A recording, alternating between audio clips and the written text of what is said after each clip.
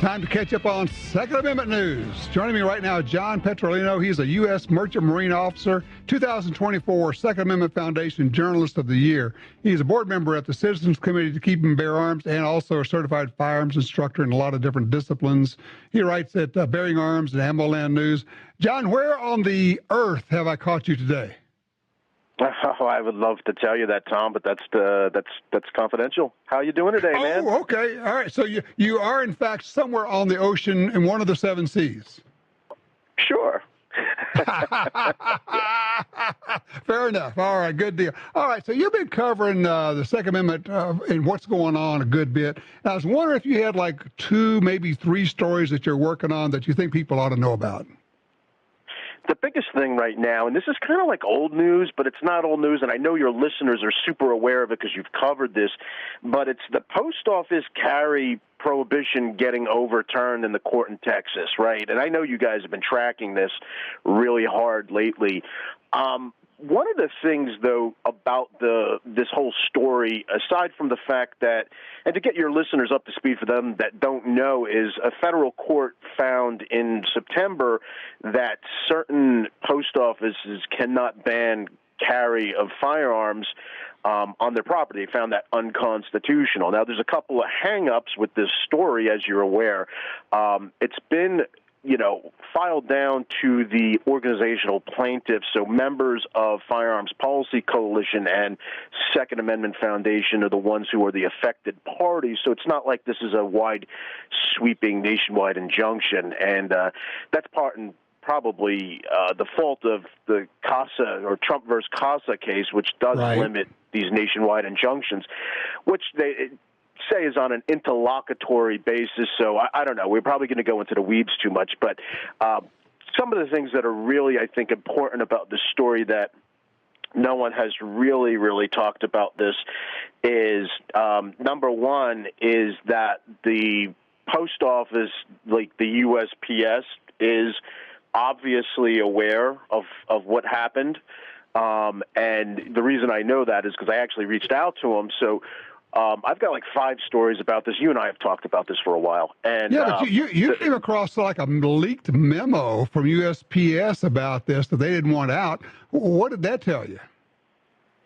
Right. So that leaked memo, and again, so you got to take this with a grain of salt because it was like a Reddit post online, somebody claiming to be a postal clerk. Well, I said, well, that's not good enough for me. But let's dig into the memo. One of the things that the memo says here is that, because of this decision, postal employees may run into customers who are carrying firearms. They said right here, end quote, the Post Service employee should allow the customer to conduct their business in the same manner as other customers. Once the customer leaves, and this is funny, it says, once the customer leaves, they want the Postal Service worker to report it to their manager. And then the management employees are supposed to call the inspection service, which we know the inspection service is like the postal police, which is like they're no joke. Anyhow, so once they have the manager call the postal inspector service, and they want them to find out from them whether or not the law could be enforced, which is really weird because, the injunction's the injunction, so I don't know what they're going to discuss, but they want to discuss it, right? And, of course, they say here, to their credit, they say don't call 911, don't call the local authorities, which I think because it's legal. Exactly. So, and I'm saying that with a grain of salt, maybe a little tongue in cheek, is to their credit. But this is the U.S. government we're talking about. And then the memo ends with basically how this injunction doesn't affect U.S. Postal Service employees, which I have a hard time wrapping my head around because what if you're a SAF member or an FPC member and an employee? Are you still not able to leave your firearm, say, in your vehicle, which is prohibited? I mean, right. Because they're saying right now the employees, anybody else can carry there, but the employees can't carry there. So that probably sounds like another lawsuit. All right, now, we talked about that one. Now, pick one more story that you're working on that people may not be aware of and bring that out, please. Okay, so one of the other things that's going on, and you and I talked about this a while, and it's kind of a percolating thing. It's been going on since the summer. In New Jersey, we have a big push for permit to carry fee nullifications. And, you know, in the post-Bruin world, New Jersey, of course, reacted very adversely to us getting carry. You know, they didn't like the Supreme Court saying that the peasants shall carry their pitchforks. Like, they didn't like that.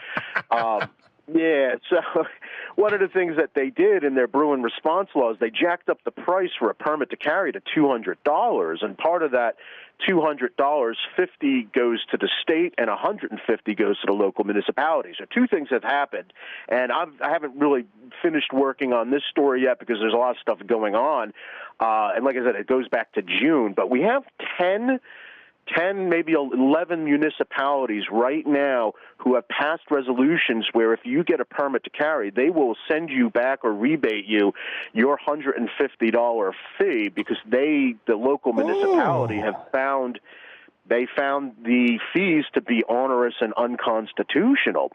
Well, simultaneous to that, and you know about the Coons Crawl, right? This case that was sitting there in the Third Circuit Court of Appeals for like 2 years almost. Right. Well, one of the good things, really, and there wasn't a lot of really good things from the Coons case, but one of the good things that came out of the Coons case is they decided that the $50 state fee is unconstitutional, and they found that because that fee wasn't going to any administrative purposes.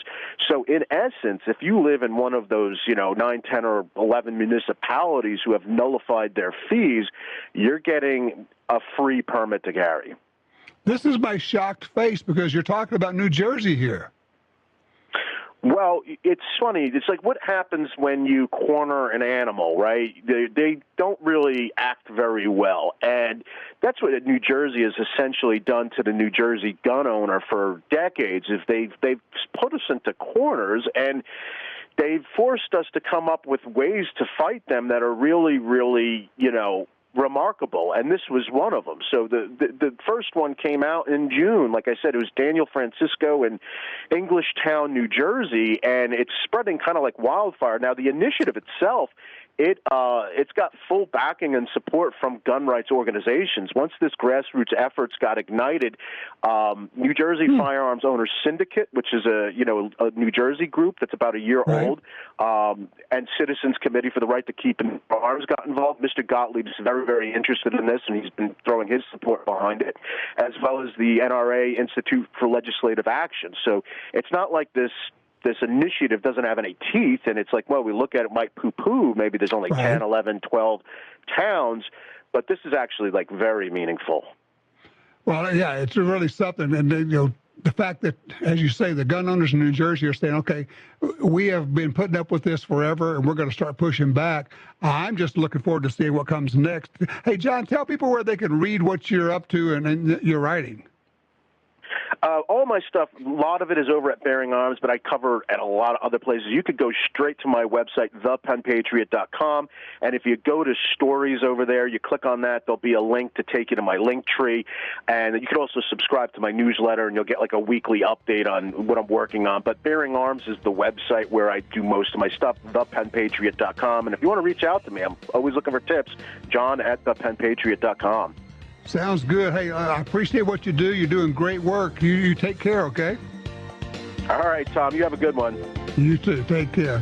All right. Open lines now. 866-TALK-GUN or Tom Talk Gun. We'll be right back.